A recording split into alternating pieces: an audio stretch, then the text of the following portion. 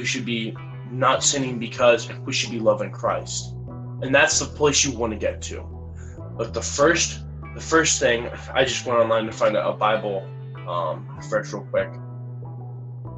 Paul says to the Romans, in Romans 6:1, "What shall we say then? Shall we continue in sin that grace may abound?" And in another version it says, "What should we say then? Should we continue to sin so that grace may multiply?" You know, if we keep sinning, how are we going to continue the salvation process that Jesus has started in us? For us to really grow, we need to get rid of these things that burden us. And sin burdens. You know, sin is a terrible thing that burdens. However, it doesn't have power over us anymore. So it brings me to talk about the salvation process of Jesus has paid for our penalty of sin. Now there's the ongoing salvation process that we are free from the power of sin. So we have the start point of we're not going to hell. But for this period of life that we have left, we should be trying to pursue Christ and to not sin, because one, sin always leads to a negative effect. It's just not good for you. You lie enough, it's going to come back to bite you.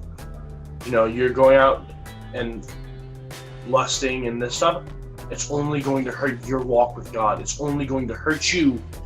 And for more of a realist term, it's going to keep hurting you in this life. This life is going to be full of depression and lies, and just it's going to be a lot more painful, and you're going to find a lot less joy. But when you're following Jesus and you're not sinning, and you're pursuing Christ with everything, you'll find joy in a lot of things that you normally wouldn't find joy in. In the day-to-day things, I find joy in everything I can, because God is God, and He died for me, and He loves me. And the third part of the salvation process is we will be free from sin nature, once the salvation process is completed. And in that, I think we want to encourage and we want to love God, but until we get there, there's the discipline aspect of Jesus has called us not to do this. We're not going to lose our salvation, but it mentions that not to be like lukewarm water. Be hot or be cold. Because if you're lukewarm, I'm going to literally spit you out of my mouth. That's from God. If you don't want to be lukewarm, because what good is it? You can be saved, but if you're not pursuing a discipleshipness, meaning you're not pursuing to be a disciple of Christ, you're literally, the harsh truth is, you're saved, but you're being worthless to the gospel. Your value is, God has called you to things, and you're throwing your value away by just letting yourself dwell in sin, by not pursuing a relationship with Christ.